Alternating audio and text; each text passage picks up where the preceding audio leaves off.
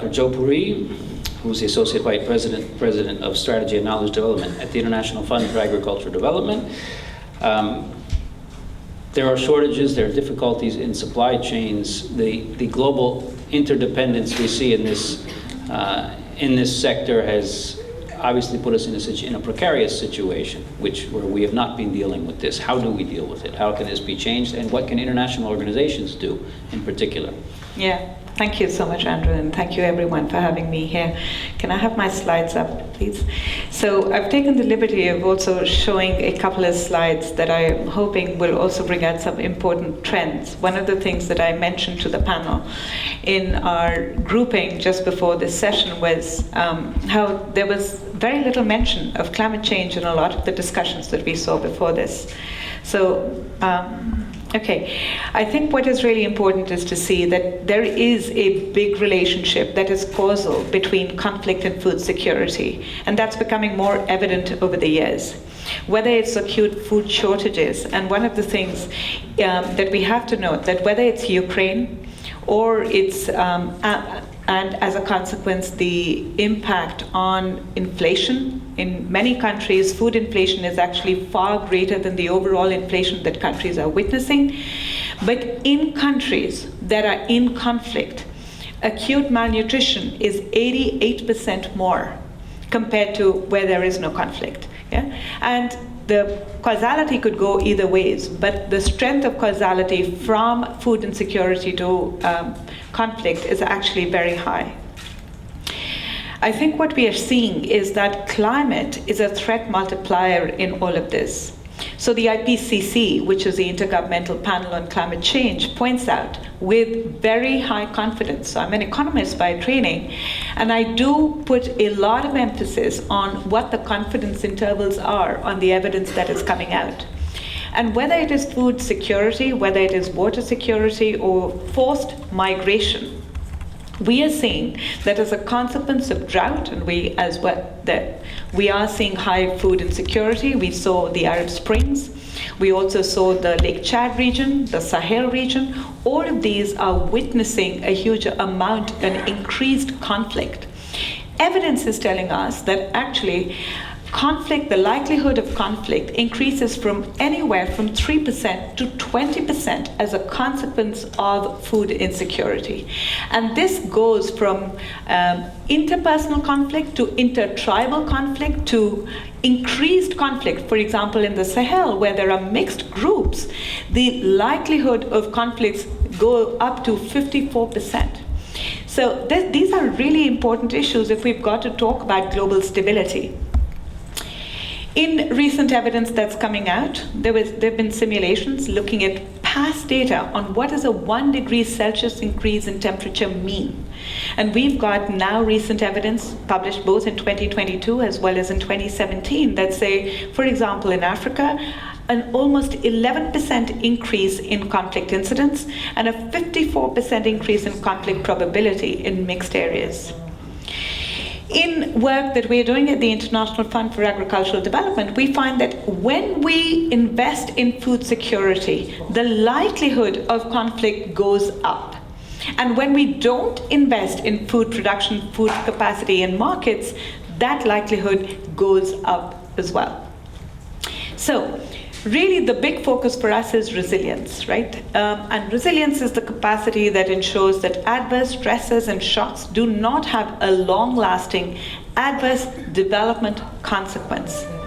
Investments in resilience interventions, I don't want you to read the fine print, are really far more cost-effective than bearing the costs of subsequent shocks. And it's my top and headline message when we are thinking about whether to invest in resilience or in humanitarian assistance. If you put in $1 trillion into development, you actually reduce the amount of humanitarian assistance that you have to put out by $7.1 trillion. That's a 7-to-1 return. So we've got to think far more about the multiplier effects of investment in resilience and in food security.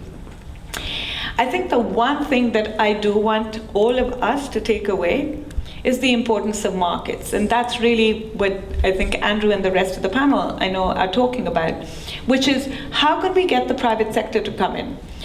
One clear piece of evidence that's coming out is whether you're looking at conflict areas, whether you're looking at areas that have been affected by climate change and immediate shocks, or areas with chronic shocks, markets work.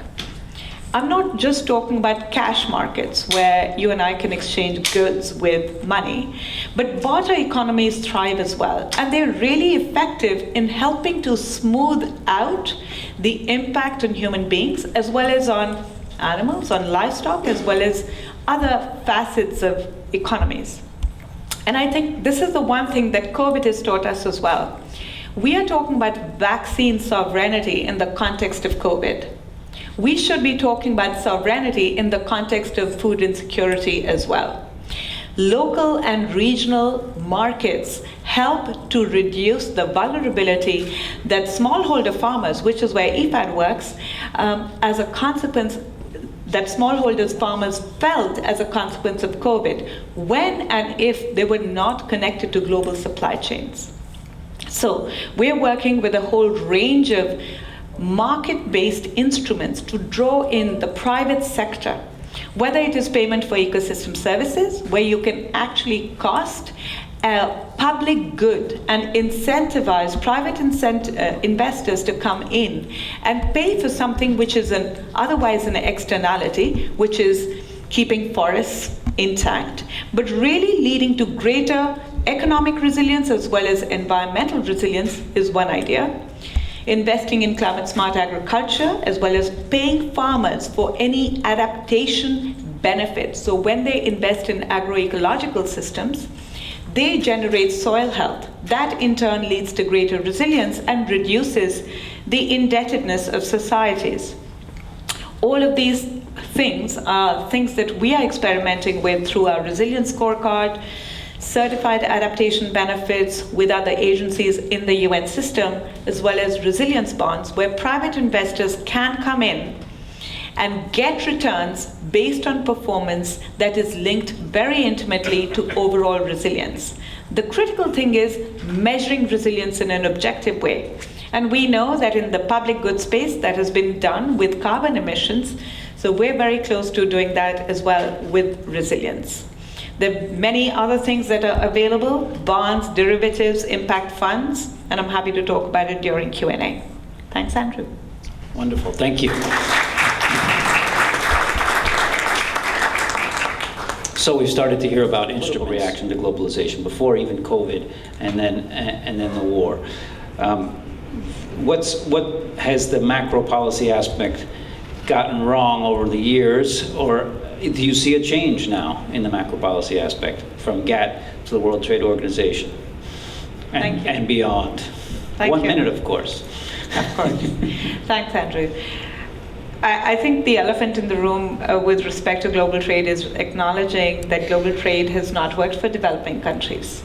So while we have GATT and while we've got the World Trade Organization, I think it's fair to say that tariff barriers and non-tariff barriers still stay. I think in the context of both climate change as well as COVID, we are recognizing that for developing countries, those non-tariff barriers have become even stronger. And so what we've got to acknowledge is that for developing countries, especially Africa, large parts of Asia, large parts of Latin America and the Caribbean, and definitely the MENA region, it's really important that we think about markets, but much more in the local and the regional context rather than in the global context. Because, well, trade helps, but trade only helps when you have a reciprocal and an equal relationship.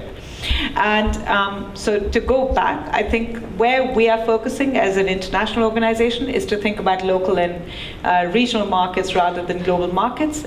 What COVID taught us is that when communities and farmers were not linked to global supply chains, but were linked to local supply chains, they did survive and they were resilient. One quick comment. You know, the ambassador spoke about where markets don't find an incentive to step in. There are tons of examples of that. I was in Namibia. There's no incentive for an insurance agency to step in and to insure anyone against drought that has been going on for 3 years. Governments and international agencies, and the UN has not been as ineffective as many think. Actually, carbon markets are a big example of that. Have to step in and provide the incentives and the enabling environment. Thanks. Thank you. The conversation goes on. Mr. Andro.